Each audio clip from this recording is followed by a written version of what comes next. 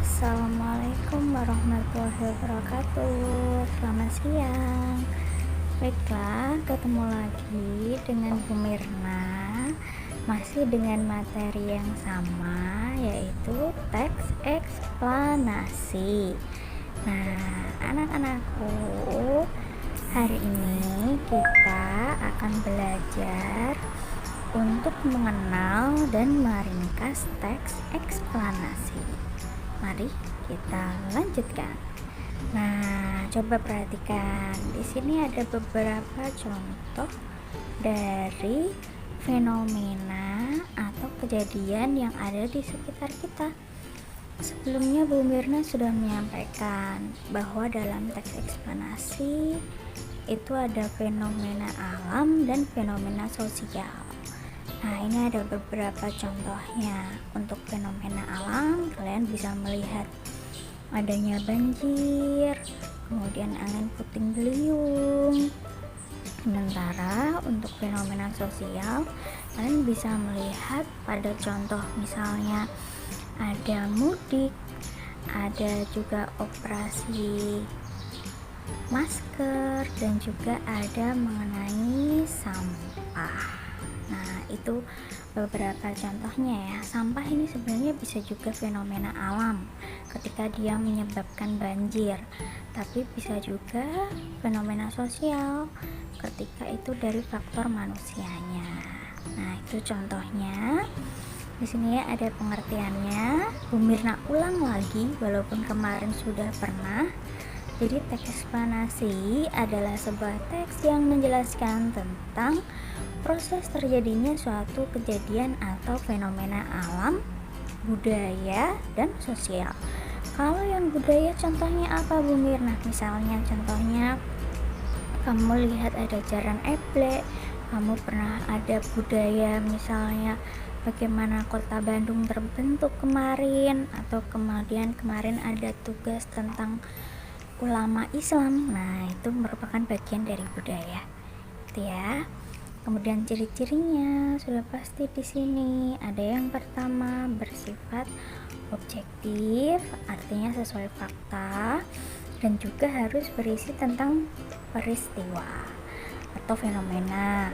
Kemudian bersifat informatif, tujuannya memang hanya untuk menginformasi, jadi tidak ada ajakan, tidak ada bujukan, jadi murni hanya untuk memberitahu atau memberikan informasi. Kemudian struktur teks dari teks eksplanasi ini ada identifikasi fenomena, kemudian ada sebab akibat, dan juga ada yang terakhir adalah ulasan. Nanti untuk struktur Mirna jelaskan lagi ya. Kemudian di sini ada yang di sini, selanjutnya di sini ada struktur teksnya, identifikasi fenomena, contohnya di sini.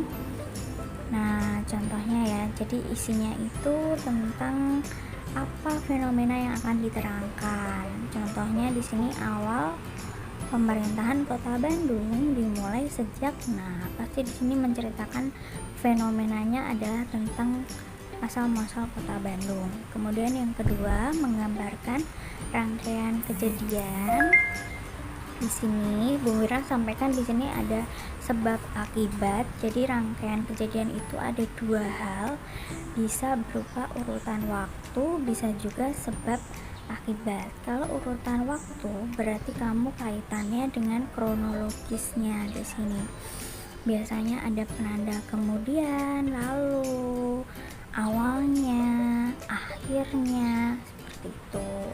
Sementara untuk yang pola sebab akibat, biasanya dia ada penanda kausalitas atau sebab akibat, seperti karena, kemudian karena, maka, oleh sebab itu. Nah, kemudian tahap yang terakhir adalah ulasan atau review. Biasanya berisi dampak atau saran atau komentar mengenai fenomena yang terjadi.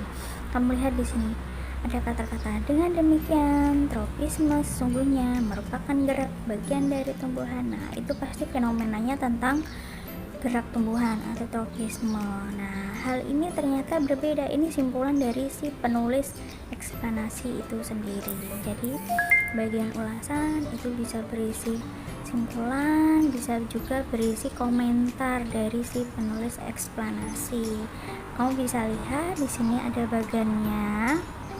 Perhatikan baik-baik, itu adalah bagan strukturnya.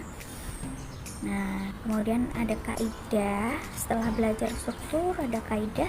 Yang pertama adalah kausalitas atau menggunakan kata hubung sebab akibat. Penandanya adalah ketika kalian menemukan kata-kata karena, sebab, oleh karena itu. Nah, itu bisa kamu lihat di sini. Contohnya, silahkan dibaca dengan seksama. Baik, kita lanjutkan. Nah, di sini ada kronologis atau hubungan waktu. Biasanya menggunakan konjungsi penanda waktu. Di sini bisa kamu lihat. Berdasarkan piagam itu, Sultan Agung diangkat Tumenggung Wiragunangun sebagai Bupati Bandung. Ketika itu, nah kita temukan ya kronologis karena dia waktu, pasti ada ketika itu.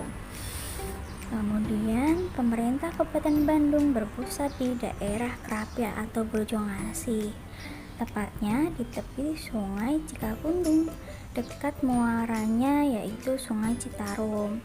Nama Krapia kemudian berganti menjadi Citerep. Nama itu hingga kini tetap abadi menjadi salah satu nama desa di Dayakolot. Nah, ini kamu bisa lihat beberapa yang ada. Nah, ini konjungsinya. Kamu perhatikan. Nah, yang ketiga, kata benda jenis fenomena.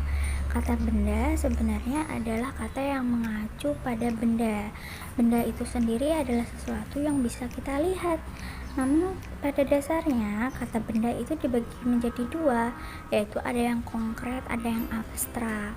Yang konkret yang bisa kamu lihat, kamu sentuh. Kalau yang abstrak itu biasanya yang bisa kamu rasakan saja. Misalnya kalau yang konkret itu kayak meja, kursi, pensil, buku. Kalau yang abstrak itu contohnya seperti angin, atau mungkin rasa cinta. Nah, itu juga abstrak ya, antara tidak terlihat tapi bisa dirasakan. Nah, tapi kata benda pada teks eksplanasi ini dia bentuknya unik, yaitu kata benda bendanya jenis kata ganti orang tapi bukan kata ganti benda. Artinya dia mengacu pada teksnya. Jadi misal teksnya tentang kota Bandung, ya berarti ada kata benda yang mengacu pada kota tersebut. Misalnya di sini ada piagam. Nih, yang Bu Mirna cetak tebal. Ini merupakan kata benda. Artinya bukan kata benda orang ya. Kalau kata ganti orang kan biasanya aku, kamu, dia, iya. Nah, di sini bukan orang. Jadi kata gantinya adalah kata ganti benda. Nah, jadi bendanya disebutkan secara langsung. Kemudian yang keempat ada kata teknis. Ingat, kata teknis itu hampir sama dengan istilah. Artinya dia itu mengacu pada bidang tertentu. Nah, di sini Bu Mirna lupa membalikkan garis bawah ya. Tapi bisa kamu lihat di sini ada kata-kata industri, kemudian ada kata-kata sektor pertanian, kemudian ada juga kata-kata misalnya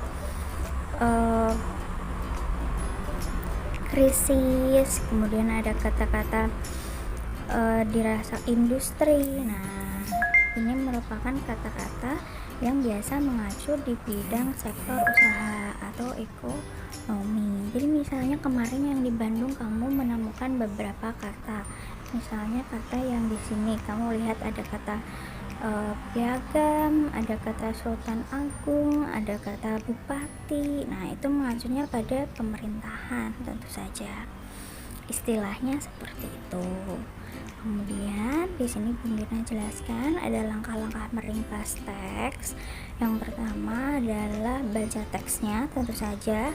Intinya ringkasan itu harus lebih ringkas ya. Jangan kamu salah artikan buat ringkasan tapi lebih panjang, itu enggak ringkas. Nah, itu salah. Kemudian yang kedua, kamu tentukan dulu ide pokoknya. Kemarin Bu Mirna sudah melihat hasil kalian, beberapa sudah ada yang mengumpulkan. Bagus sekali, ide pokoknya sudah tepat, hanya masih berupa kalimat. Ada beberapa yang masih luas ide pokoknya, belum ringkas. Nah, kemudian rangkai ide pokok agar menjadi sebuah ringkasan yang utuh. Artinya ide pokok tadi, kalimat utama tadi bisa kamu gabung menjadi sebuah paragraf. Nah, paragraf itulah yang disebut ringkasan dari sebuah teks. Nah, untuk membuatnya kamu perhatikan kepaduan paragraf, artinya kesesuaian isinya dan juga kepaduan paragrafnya atau penggunaan konjungsi atau kata hubung. Nah, ini tugas selanjutnya. Silahkan perhatikan teks arus balik atau terjadinya arus balik. Kemudian berdasarkan gagasan pokok yang telah kamu catat, susunlah ringkasannya. Gunakan kata-katamu sendiri, artinya kamu tidak menggunakan kata-kata yang ada pada teks. Kamu bisa menggunakan kata-kata dalam bentuk lain. Itu ya. Perhatikan juga kepaduan antar kalimatnya. Nah, ini adalah teksnya. Nanti bisa kamu zoom, kamu pause atau kamu hentikan tayangannya. Kemudian kalian ambil gagasan pokoknya saja.